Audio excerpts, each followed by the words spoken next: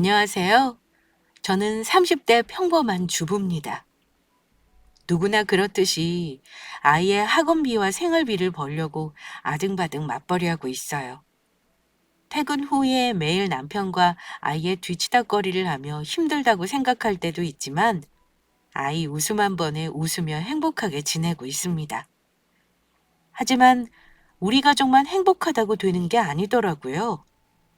인생을 살다 보니 남과 남이 만나 결혼하는 것은 집안과 집안이 합치는 거와 마찬가지라 골머리를 앓는다는 분들도 많았는데 제가 딱 그랬습니다. 어머님, 아버님도 너무 좋으신 분이고 남편의 동생도 너무 좋은 분인데 단 하나, 동서는 그렇지 않았거든요. 어머님 앞에서는 온갖 착한 척에 있는 척은 다 부리는 동서가 저와 둘만 있으면 본색을 드러내더라고요. 그렇게 10년 가까이 저는 동서의 부심에 지쳐갔습니다. 이야기가 이렇게 끝난다면 얼마나 답답할까요? 하지만 인생사에는 권선징악, 늘 그렇듯 나쁜 놈에겐 나쁜 결말이 기다리고 있더라고요. 잘난 척만 일삼는 동서한테 한 방 먹이는 이야기 들어주시겠어요? 저는 좀 어린 나이에 지금의 남편을 만났습니다. 저희 둘 다 지방 소도시에서 일을 하고 있다 만난 사이라 결혼하기엔 자금이 좀 부족했어요. 그래도 조금씩 모아둔 돈으로 작은 전셋집을 구해서 결혼했습니다. 신혼여행도 국내 제주도로 다녀왔었고요. 그래도 모든 게 행복했습니다. 생활력 강한 남편은 투잡을 하면서 열심히 일을 했지만 다니던 회사가 부도가 나게 되면서 그마저도 어려워졌습니다. 다른 일을 구하려 했지만 지방 소도시에서 맞는 일을 찾기란 어려웠습니다. 게다가 저는 임신하고 입덧이 너무 심해 다니던 일도 그만둬야 했거든요. 남편은 이대로 가정이 위험하다는 판단에 장사를 시작했다고 했습니다. 원래 요리 솜씨가 좋았던 터라 어떤 식당을 하는 게 좋을지 생각해 봤는데 초기 자본이 적게 들어가는 떡볶이 장사가 좋겠더라고요. 가게가 크지 않아도 되고 학교 앞에 자리를 잡아 작게 장사를 시작했습니다. 그래도 떡볶이 장사를 하면서 세 식구 굶지 않게 먹고 살 정도로는 벌었습니다. 학교 앞에서 꼬맹이들에게 컵떡볶이를 팔면서 소소한 낙도 생겼고요. 하지만 행복이 오래가지 못했습니다. 어느 날 동서가 불쑥 찾아왔거든요. 동서는 서울에서 대학을 나왔고 한때 은행원이었지만 얼마 전에 아이를 낳고 일을 관뒀습니다. 결혼 초부터 시골에서 사는 저희를 무시했고 결혼 후에는 더욱더 심해져서 연락은 잘하지 않는 사이였습니다. 하지만 동서의 성격 탓인지 저와 자신을 비교해 자존심을 채우려는 건지 모를 일이었지만 이렇게 주기적으로 찾아와 사람 속을 뒤집어댔죠. 그날도 그러했습니다. 어머 형님, 이 더운 날에 힘드시죠? 어, 동서 왔어? 아니야, 힘들긴 뭘. 여기 안에 에어컨 있어서 시원해. 에이, 말이 그렇지. 음식 장사하는 거 얼마나 힘든데요. 제가 반찬 사 먹어봐서 아는데 돈 많이 버신다고 하시는 사장님도 골병 다 드시더라고요. 장사가 다 그렇지 뭐. 근데 동서는 웬일이야? 웬일은요? 형님 보러 왔죠. 이 더운 날에 날 보러 왔다고? 어우, 더워. 안에 앉을 데 있어요? 일단 들어와. 동서가 찾아온 속셈이 뻔하긴 했지만 그래도 먼 길을 온 동서를 내칠 순 없어서 가게 안으로 들어오라고 했습니다. 역시나 동서는 여기저기 눈으로 훑어대며 가게 안을 구경하더니 의자에 불편하게 앉더라고요. 떡볶이라도 줄까? 에이, 참 형님도. 제가 언제 떡볶이 먹는 거 봤나요? 그래, 그럼 잠깐만 있어. 지금 애들 몰리는 시간이니까. 네, 천천히 하세요. 저는 후다닥 일을 끝내고 뒷정리를 하며 뒤에 앉은 동서를 슬쩍 봤습니다. 남편도 오늘은 일이 있어 장사를 못 나온 터라 저 혼자 동서를 상대해야 한다고 생각하니 벌써부터 가슴이 답답해졌어요. 또 무슨 소리를 하려고 그러나 싶어서 동서 앞에 앉았습니다. 형님, 여기 월세 얼마예요? 월세? 여긴 별로 안 비싸지. 근데 그건 왜? 다행이다, 진짜. 월세라도 비싸면 떡볶이 그거 몇 그릇 판다고 돈이 되겠어요? 그나마 다행이네. 그쵸? 동서가 무슨 말하고 싶은 건지는 알겠는데, 떡볶이 팔아서 우리 세 식구 남부럽지 않게 살고 있으니까 쓸데없는 걱정은 안 해도 돼. 어머, 서운하게 왜 이러세요? 제가 형님 걱정을 얼마나 하는지 알아요? 이 더운 날 떡볶이나 휘저기고 있으니까 피부면 얼굴이 더 상하잖아요. 누가 보면 제가 형님보다 10살은 어리다고 생각하겠어요. 그 정도야? 그럼요. 지나간 사람 붙잡고 물어보면 다 그럴걸요? 장사하는 사람이 늘 꾸미고 있을 수 있나. 동서야 시간적 여유가 있으니 가능하겠지. 그래도 나는 지금이 행복해. 형님, 그런 식으로 애써 꾸미지 않으려고 해도 다 알아요. 얼마나 힘드신지. 애써 꾸미다니? 그렇잖아요. 이런 떡볶이 장사에서 언제 집 사겠어요? 시골에 다 쓰러져 가는 집이라면 또 모를까. 애 교육 생각하면 형님도 서울로 오셔야 하는데 그게 어디 쉽겠어요? 저희 집만 해도 이번에 또 매매 가격 올랐잖아요. 서울 집값 장난 아닌 거 형님 다 아시죠?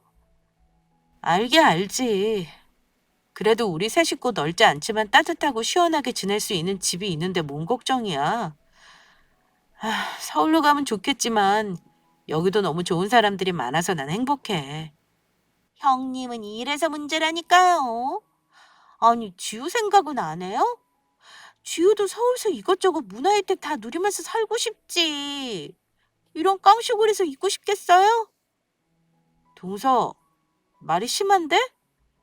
형님 걱정해주는 건데도 그렇게 들으시면 제가 속상해요. 지난번에도 어머님한테 혼나셨잖아요. 저한테 못되게 말씀하셔가지고. 그랬습니다. 어머님은 잘 사는 동선의 마음을 더 주고 계셨습니다. 늘 바쁘게 성실히 살고 있는 저희한테 걱정 한 스푼 더 해주시기는커녕 동서의 말 한마디에 늘 예의주시하고 계셨죠. 덕분에 저는 형님 노릇을 해본 적이 없는데도 괜히 동서의 말에 싫은 소리를 들을 때도 있었습니다. 동서가 말하는 혼났다는 얘기도 바로 그런 까닭이었습니다. 동서가 저를 살살 긁어 결국 제가 화를 내면 어머니께 쪼르르 달려가서 제 욕을 하고 전 여지없이 어머님의 날카로운 전화를 받아야 했어요. 동서, 말은 바로 해야지. 그때 일은 동서가 잘못한 거잖아. 형님, 또 그러세요? 진짜 왜 그러세요? 속상하게. 할 말 있으면 하고 얼른 가죠. 보다시피 저녁 장사를 해야 해서. 와, 여기까지 찾아왔더니 이젠 문전박대하는 거예요? 진짜 너무하네. 그럼 어떻게 해줘야 할까? 할 말도 딱히 없는 것 같고 여기서 이렇게 죽치고 있는 것도 모양새 안 좋고 그냥 가달라고 하는 게 문제가 된다고 생각해? 이봐요, 형님. 제가 형님 대우해드리는 것도 어머님, 아버님 살아계실 때만이에요. 그거 아세요? 시부모님 다 돌아가시고 나면 제가 지금처럼 형님 대우해드릴 것 같아요? 그러니까 대접해드릴 때 잘하세요. 동서가 나한테 해준 게 뭐가 있는데? 막말로 여기 가게 낼 때 돈 한 푼 보태줬어? 그런 것도 아니면서 무슨 대접을 해줬다는 거야. 맨날 어머님 뵈러 가면 옆에서 나 깎아내리기 바쁘잖아. 도련님 축혀 세우고 우리 남편은 늘 찬밥 취급하는 거 바로 동서잖아. 미안하지만 난 동서한테 형님 대접 받고 싶지도 않고 그런 거 기대한 적도 없으니까 이렇게 불쑥 찾아와서 사람 속 뒤집어 놓는 행동 좀 그만해줘. 형님, 나 이번 일 가만 안 있을 거예요? 내가 어머님한테 가서 얘기 안 할 것 같아요? 나도 알아. 또 가서 어떤 얘기로 나를 비난할지. 그렇다고 해서 내가 계속 동서를 무시하고 고스란히 감내해야 할 필요는 없잖아? 나도 이젠 지쳤어. 알았어요. 그래요, 두고 봐요. 동서는 얼굴이 빨개지면서 씩씩대더니 이내 치맛자락을 탁탁 털고 가게를 나가버렸습니다. 의기양양하게 동서를 내보내긴 했지만 또 언제 어머님의 전화가 와 뭐라고 할지 몰라 하루 종일 긴장 상태에서 장사를 마쳐야 했습니다.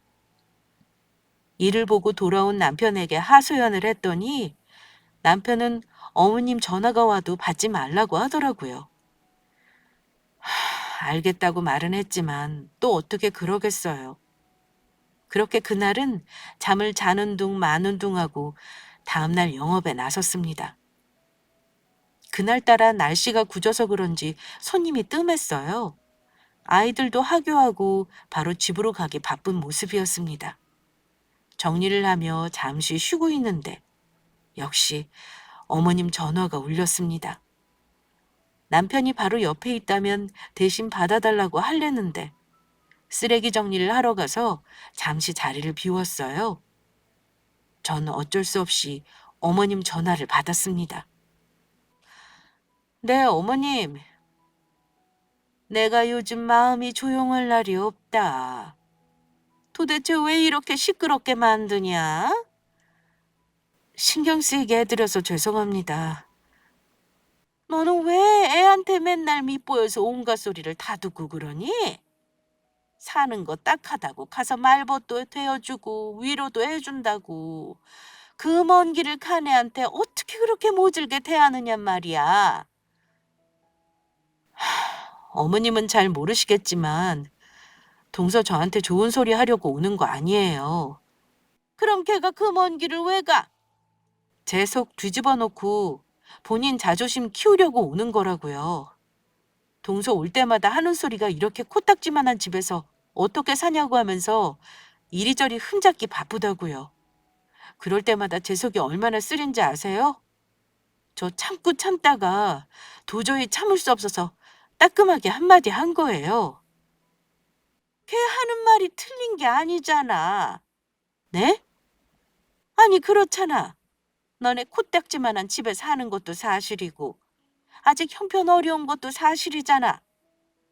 그거 갖고 뭐라고 좀 했기로써니 그렇게 불같이 화를 내고 내쫓아? 형님이란 모름지기 포용력이 넓어야지. 윗사람이 그러면 되겠니? 어머니는 어떻게 매번 동서편만 드세요? 얘는 무슨 말을 그렇게 하니? 내가 언제 걔 편만 들었다고? 그렇잖아요. 둘이 싸움 나서 중재하러 전화하실 때마다 저한테 항상 뭐라고만 하셨잖아요. 동서가 매달 용돈 들여서 그런 거예요? 저희도 어머님 늘 챙겨드리고 싶어요. 지금은 저희 세 식구 열심히 살며 돈 모으고 있으니까 나중에 어머님이 도움 필요하실 때는 저희도 어머님 충분히 챙겨드릴 수 있다고요. 아이고, 아서라. 내가 그깟 돈 몇 푼 때문에 그러는 줄 아니? 작은 애는 배웠잖니. 대학도 좋은 데 나오고 은행직도 했고 많이 배운 애가 아는 것도 많더라. 내가 어디 나다니면은 늘 작은 애 때문에 어깨가 높아져. 저도 가방끈 짧은 거 아닙니다, 어머님.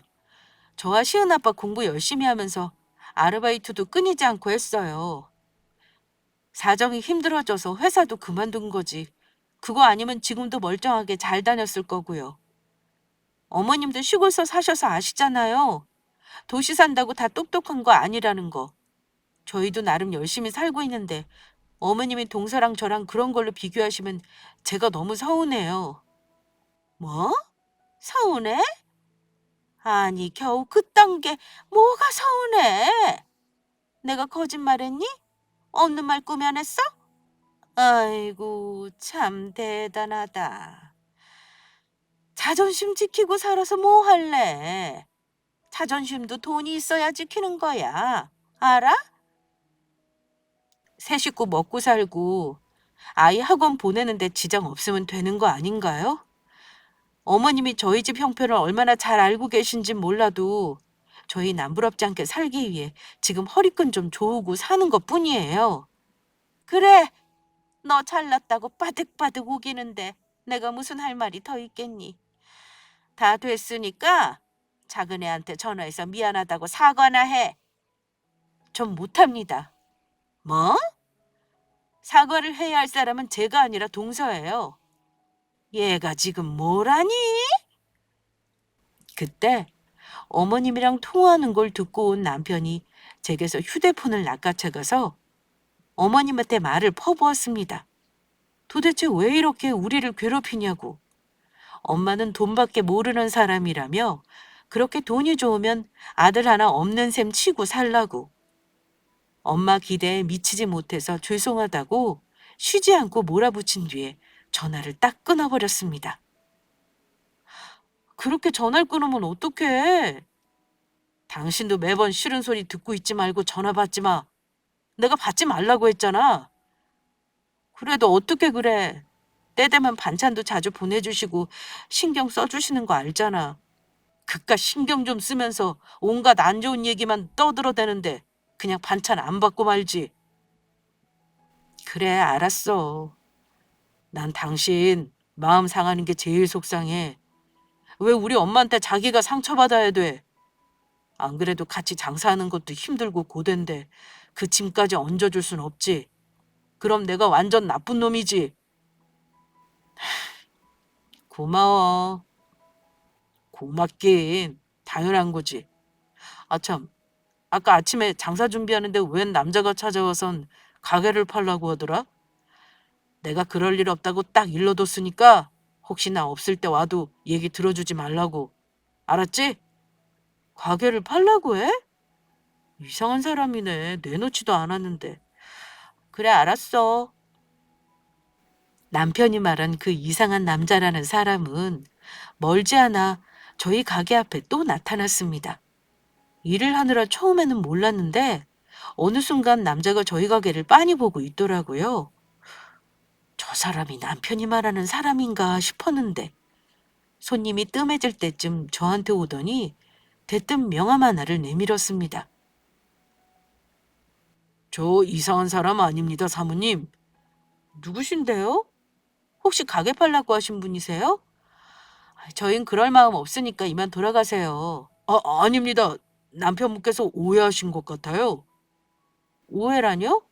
일단 제 말씀 좀 들어봐 주시겠어요? 저는 껄끄러운 마음으로 명함을 받아들고는 천천히 명함을 훑어봤습니다.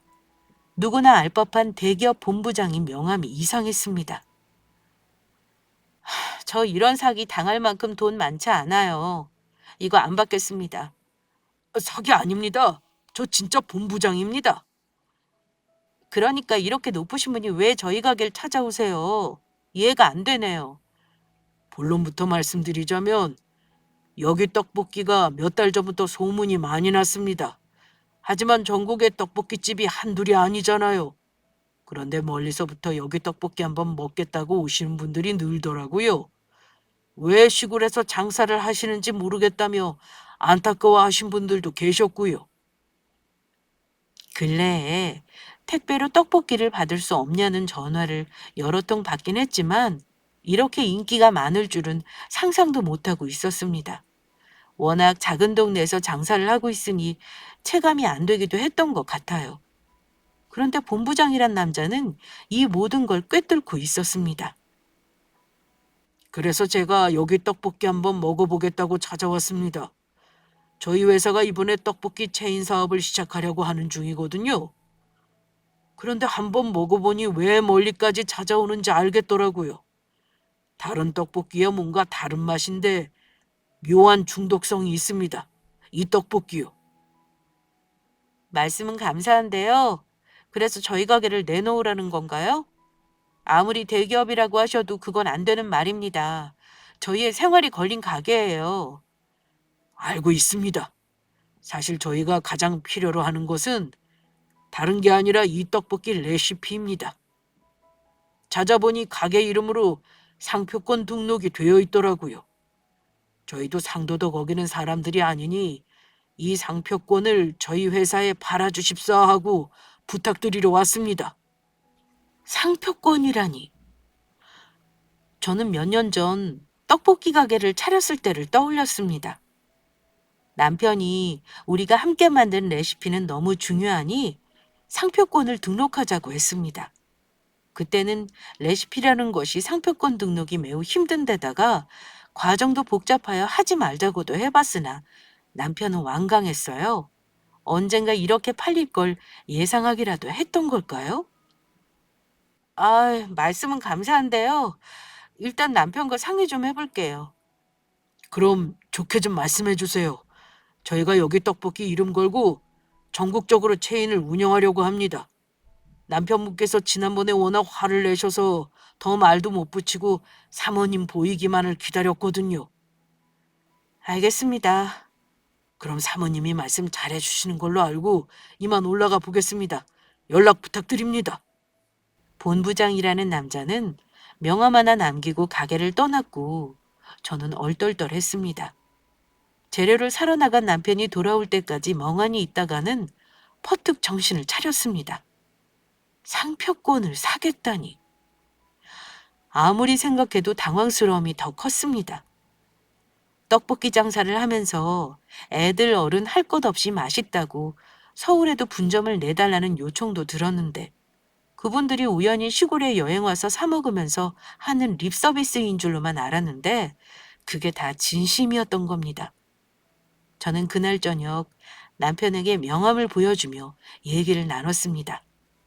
처음에는 부정적이던 남편도 결국 본부장과 대화를 해보겠다고 했고 며칠 뒤에 저희는 오픈하고 처음으로 평일에 휴점을 하고 서울로 올라갔습니다. 상표권을 팔게 되면 저희도 체인점으로 장사를 계속할 수는 있지만 결과적으로 저희 가게를 포기해야 하는 건 당연했는데요. 그게 가장 마음에 걸렸습니다. 하지만 회사에 직접 찾아가 얘기를 나눠보니 무엇보다 우리가 만든 레시피와 브랜드를 잘 알려줄 것은 당연해 보였습니다. 남편도 제가 계속해서 장사를 하기보다는 아이를 케어하며 다른 일을 알아보는 게 낫다고 판단했고요. 그렇게 저희는 좀 급하게 서울로 이사를 왔습니다. 물론 이사를 간다고 말은 했지만 시부모님이나 시동생한테는 다른 이유는 말하지 않았던 탓인지 모두들 장사가 망해서 접고 올라오는 줄 알았나 보더라고요. 딱히 변명을 하고 싶지도 않아서 최대한 마주치는 걸 자제하고 남편 일자리를 알아보던 참이었습니다. 역시나 얼마 지나지 않아 동서가 연락을 해 만나자고 하더군요. 나가지 않으려고 핑계를 대봤는데 막무가내였습니다. 저도 그간 동서한테 당한 게 있으니 오늘만큼은 시원하게 다 털어버리자란 생각에 동서를 만났습니다. 카페에서 만난 동서는 저를 보자마자 대뜸 그러더군요. 형님, 갑자기 서울 오신다 그래서 너무 놀랬잖아요. 무슨 일이에요? 무슨 일은 그냥 계속 장사하는 것도 체력적으로 힘들고 동서 말대로 애 교육을 위해서 겸사겸사 올라온 거야. 아니, 근데 아주버님 취직도 결정된 거 아니라면서 무슨 돈이 있어서 서울에 집을 구하셨대요? 설마 반자 뭐 그런 건 아니죠? 아니야, 동서. 설마 하니 우리가 아무 생각도 없이 올라왔겠어? 그래도 형님, 지난번에 제 얘기 신경 쓰이셨던 거구나? 무슨 얘기? 제가 애 교육도 생각해야 한다고 했잖아요. 그래서 형님이 저희 쫓아가려고 부랴부랴 월세방이라도 하나 구해서 올라오신 모양인데. 맞죠? 아니라고 했잖아. 왜 이렇게 사람을 들쑤셔? 나중에라도 월세 낼 돈 없다고 저한테 돈 달라고 하지 마세요. 저 이미 얘기했어요. 저희도 애 아빠 혼자 벌어서 사느라 빠듯하다고요. 형님네 월세 내줄 생각 전혀 없으니까 그런 줄 아세요. 이럴 줄 알았다니까. 어머님이 오죽 궁금하셨으면 절 경찰 내보내셨을까. 어머님이 동서 보고 나 왜 올라왔는지 캐물으라고 하셨나 봐? 네. 그럼 떡볶이 팔아서 뭐 얼마나 번다고 그 돈 갖고 서울을 오겠어요? 어머님도 의심스러우신 거죠. 말이 심하네. 지금 한 말 후회하지 마, 동서. 후회는요, 무슨. 앞으로 저한테 개인적으로 연락하지 마세요. 제가 그래도 형님네 밥 벌어먹고 살 수준은 된다 그래서 그동안은 가만히 있었는데요. 서울 생활하는 게 보통 힘든 줄 아세요? 하나부터 열까지 전부 사서 입히고 먹이고 해야 하는데 그 돈 다 어떻게 하실 거냐고요. 그리고 아주버님 아직 취직도 못했다면서 너무 대책 없는 거 아니에요? 동서, 동서한테 돈 달라고 손 내밀 일 없어. 그리고 살고 있는 곳도 월세방 아니야. 제가 그 말을 어떻게 믿어요? 그럼 직접 보여주면 되잖아. 형님, 뭐가 이렇게 당당하세요? 설마 아주버니 무슨 불법적인 일한 건 아니죠? 말이 심하네, 동서. 그런 거 아니라고 했잖아. 그럼 지금 당장 형님 집에 한번 가봐요. 이사한다고 하시고서는 집들이도 안 하시니 제가 의심할 수밖에 없지 않나요? 어머님이 직접적으로 말을 안 해서 그렇지 얼마나 두려움에 떨고 계시는데요. 왜? 어머님이 돈 달라고 할까 봐 겁나신데? 어머, 형님은 그걸 어떻게 내 입으로 말해요? 그래, 이참에 동서가 우리 집 확인하고 어머니께 똑바로 말씀드려. 저는 동서를 데리고 이사한 집으로 갔습니다. 당당한 제 발걸음에 동서는 의아함을 가득 품고 팔짱을 끼고 따라오더라고요. 대단지 아파트로 들어서면서부터 동서의 눈빛이 흔들리기 시작했습니다. 저는 드디어 복수의 시간이 다가온 느낌에 온몸에 아드레날린이 치솟았어요. 저희가 사는 아파트 앞에 도착하자 동서의 낯빛이 어두워지더니 이내 말을 더듬기 시작했습니다. 여, 여기라고요? 여기야. 들어와. 아니, 여긴 학군도 좋은 데다가 오래된 아파트도 아니라 못해도 10억은 넘을 텐데 진짜 여기 맞아요? 지금 나 문 여는 거 못 봤어? 들어오라니까. 동서는 얼떨떨한 얼굴로 현관에 들어와 신발을 벗더니 버릇처럼 또 집안을 훑었습니다. 그러면서 기함하듯 입을 벌렸어요. 어떻게 여기에 제가 사는지 믿고 싶지도 믿을 수도 없다는 표정이었죠. 저는 가슴을 쫙 펴고 말했습니다. 왜? 내가 여기 산다니까 이상해? 당연히 이상하죠. 아니, 형님 댁가 무슨 돈이 있다고 여기에 이사를 와요? 이게 말이나 되는 얘기예요? 설마 여기 대출이 90% 꼈다거나 그런 건 아니죠? 대출 없이 순수 우리 돈으로 내고 들어온 건데? 안 믿겨? 말도 안 돼. 형님, 도대체 무슨 일을 벌이고 다니시는 거예요? 장기라도 팔았어요? 동서, 요즘 장기 판다고 10억씩 줘? 그리고 내가 장기 판 사람 같아 보여? 아니, 그건 아니지만 우리 떡볶이 상표권 팔았어. 네? 떡볶이요? 그래, 동서가 업신여기던 그 떡볶이를 대기업에서 너무 좋게 봐서 얼마를 줘도 괜찮으니 상표권 팔라고 사정사정 하시더라고. 덕분에 장사 접고 서울로 올라온 거야. 그럴 수가. 그치? 동서도 안 믿기지? 나도 그래. 내가 서울에 이런 아파트를 갖게 될 거라고는 누가 생각이나 했겠어? 떡볶이를 팔아다가 이 집을 샀다고요? 이 말도 안 되는 얘기를 나보고 믿으라고요? 안 믿으면 어쩔 거야. 믿고 안 믿고는 동서 자유야. 하지만 우리는 20억 가까이 되는 돈과 상표권을 교환했으니 이 집을 얻은 거지. 동서도 어차피 곧 알게 될 거야. 우리 가게 이름 알지? 전국에 우리 가게 이름으로 곧 떡볶이 체인점이 생길 거거든. 이, 20억이요? 왜? 또 못 믿겠어? 아니, 못 믿는다는 게 아니라 아무리 생각해도 이상해서 그렇죠. 그러니까 동서가 말한 월세 빌리는 짓은 안 할 거야. 제가 언제 형님한테 그렇게 못되게 말했다고 그러세요? 그렇게 말했잖아. 돈 한 푼도 못 빌려줄 테니까 연락하지 말라고. 그래서 동서한테 앞으로 연락 안 하려고. 아, 형님, 왜 그러세요, 갑자기? 제가 형님 얼마나 생각하는지 잘 아시잖아요. 날 생각한다고? 나 돈 생겼다니까 갑자기 태도가 돌변하네? 돌변하다뇨. 아시다시피 형님한테 제가 늘 잘했잖아요. 말은 그렇게도 항상 걱정하고 살았다고요. 오늘만 해도 그래서 온 거잖아요.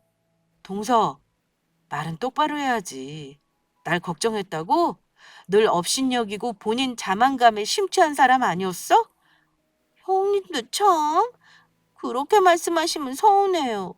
지난번 일 때문에 그러신가 본데요. 제가 먼 길 가서 형님 위로해드리려고 했는데 형님이 말 그렇게 하셔서 제가 얼마나 속상했다고요. 제가 쪼르르 어머니께 일러 바쳐서 화나셨죠? 이제 그럴 일 절대 없습니다. 형님이 비밀로 하고 싶으시면 이 집이랑 상표권 얘기해도 입국 담을게요. 동서 마음대로 해. 어차피 동서나 어머님한테 돈 드릴 생각 없으니까.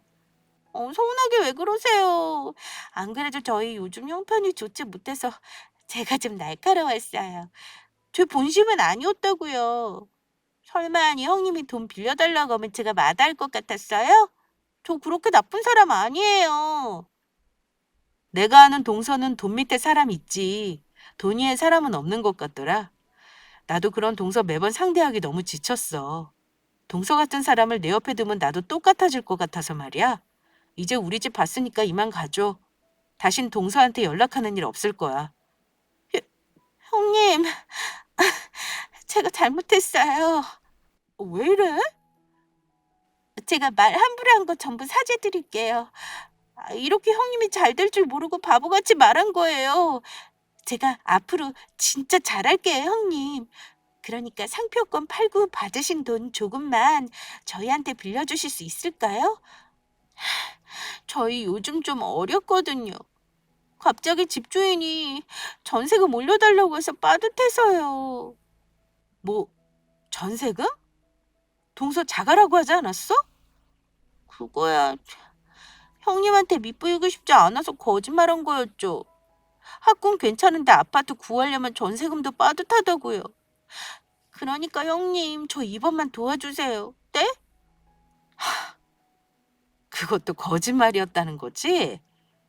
그러니까 집도 자가가 아니고 형편도 딱히 좋지도 않은데 나한테 자랑하고 싶어서 늘 근질거렸던 거고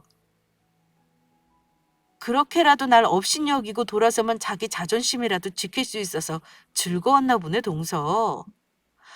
나는 절대 그렇지 않았어. 동서가 왔다 가면 며칠은 속으로 끙끙 앓았었다고. 도대체 사람을 밑바닥까지 끌어내려서 동서가 얻는 게 뭐야? 그렇게 살고 싶어? 그땐 제가 미쳤었어요. 동네 엄마들은 전부 다 피트니스 다니고 골프 치는데 저만 못 따라가는 것 같아서 늘 힘들었거든요. 그래도 형님 보고 오면 속이라도 풀려서 그랬던 건데 제가 바보였어요. 용서해 주세요.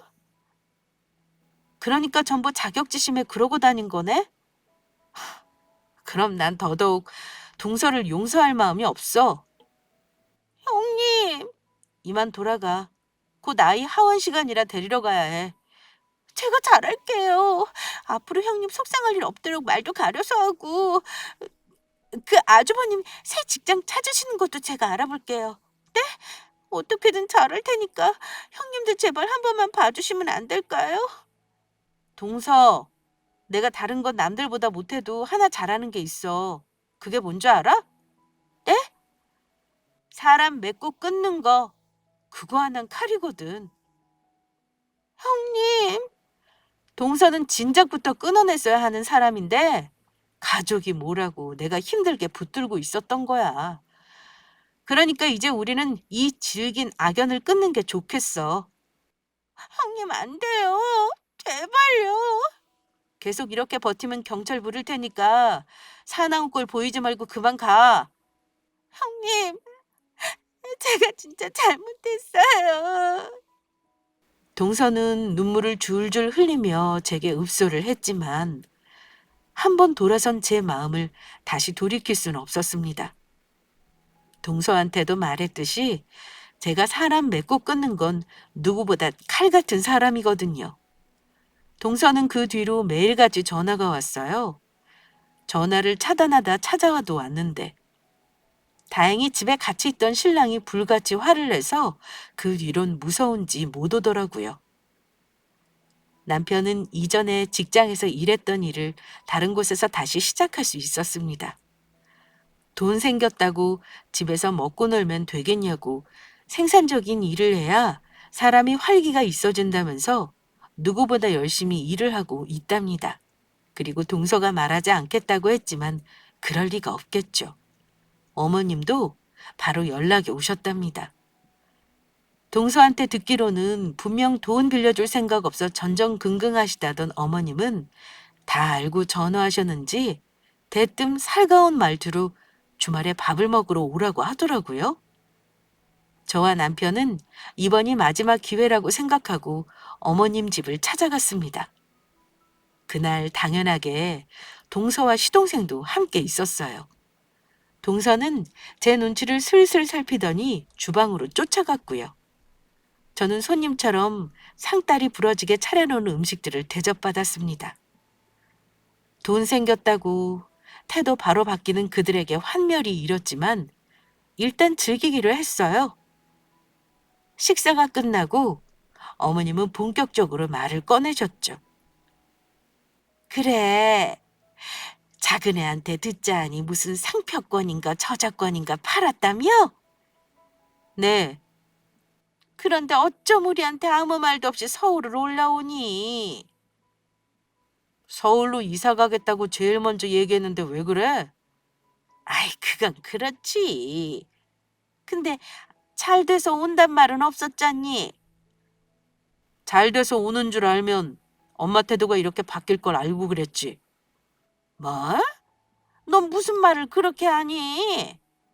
그렇잖아. 우리 경아 시집 와서 엄마한테 따뜻한 밥 한 끼 제대로 얻어먹은 적 있어? 항상 오면 부엌대기 취급이나 하고 찬밥이나 먹게 했지. 우리가 돈 없이 올라왔다고 하면 문전박대 당할 거 뻔한데 그런 얘기를 왜 해?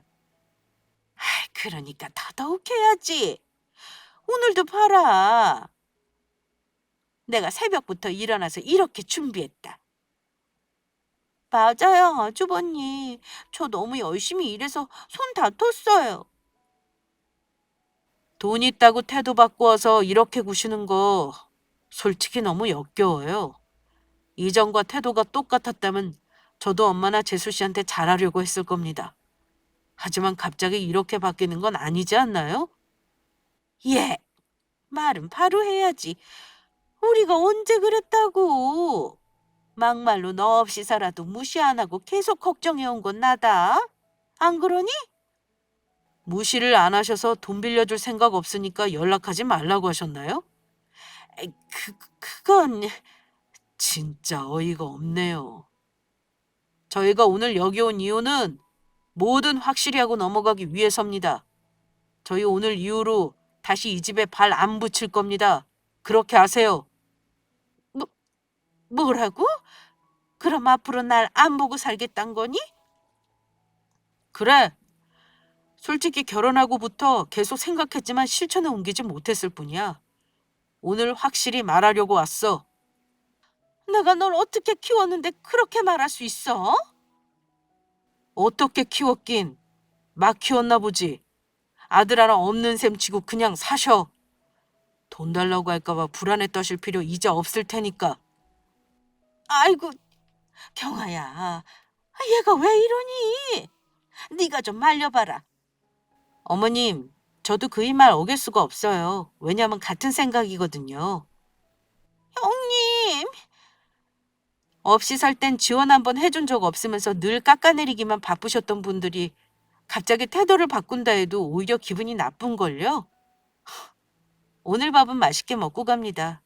이렇게 따뜻한 밥상 처음 받아봐서 좋았어요. 앞으로 건강하시고요. 아이고, 안 된다. 어딜 그냥 가. 내가 이거 차리려고 얼마나 힘들었는데. 그러니까요. 저도 돕느라고 허리가 아작날 것 같다고요. 동서, 어머님. 제가 그간 시대고문 음식하느라 딱 오늘 두 분처럼 힘들었어요. 입장 바뀐 기분이 되어보신 거 어떠세요? 이쯤 하면 느끼시는 게 있을 거라고 생각됩니다. 그럼 이만 일어날게요. 안 된다. 이대로는 못 간다. 너 키워준 값은 내놓고 가라. 네가 2년 끊자고 했으니 다른 건 몰라도 그 돈은 받아야지. 그럴 줄 알았지. 대학 등록금도 내가 벌어 내가 낸 거 기억 못해? 아르바이트 세네 개씩 하면서 난 엄마한테 용돈도 꼬박꼬박 보내드렸어. 이쯤 하면 엄마가 나한테 해준 것보다 내가 엄마한테 해드린 게 더 많은 것 같은데 그거 다 청구할까? 뭘 청구해? 엄마랑 자식 사이에 그런 말이 어디 있니? 엄마가 먼저 시작한 얘기잖아. 네가 어떻게 나한테 이래? 근래 파토리, 이제 식상해. 그러니까 그만해. 저희는 그렇게 집을 나왔습니다. 속이 너무나도 후련하더라고요. 사실 걱정은 좀 했었거든요. 근데 하고 싶었던 말을 다 하는 게 이렇게 좋은 것인 줄은 몰랐습니다. 남편과 저는 그날 집으로 돌아와 맥주 한 캔을 따며 고단했던 하루를 날려보냈습니다. 그 뒤로 어떻게 됐냐고요? 어머님은 줄기차게 연락이 오긴 했지만 전화를 안 받으니 막상 어떻게 하진 못하셨어요. 다만 장문의 문자를 보내시긴 하셨죠. 그동안 자기가 잘못했으니 그만 용서해달라는 내용이었습니다. 남편은 그 문자를 보고는 바로 어머님 연락처를 차단해버렸어요. 다시 연락을 받아줄 필요가 없다고 매몰차게 선을 그는 남편을 보고 저도 안심이 되었습니다. 솔직히 어머님이 이렇게 나오시면 남편 마음도 흔들릴 것 같아서 걱정이 됐었거든요. 지금은 저희 가족 셋이 남부럽지 않게 잘 살고 있습니다. 로또 당첨되고도 인생이 패가망신한 사람들도 있지만 저희는 시골에서 살았던 때처럼 욕심부리지 않고 근검절약하며 살고 있는 중입니다. 여러분들의 인생도 열심히 살다 보면 저희처럼 큰 기회가 찾아오실 겁니다. 그러니까 찾아온 기회 놓치지 않도록 잘 붙드세요. 그럼 긴 사연 들어주신 분들 모두 감사합니다.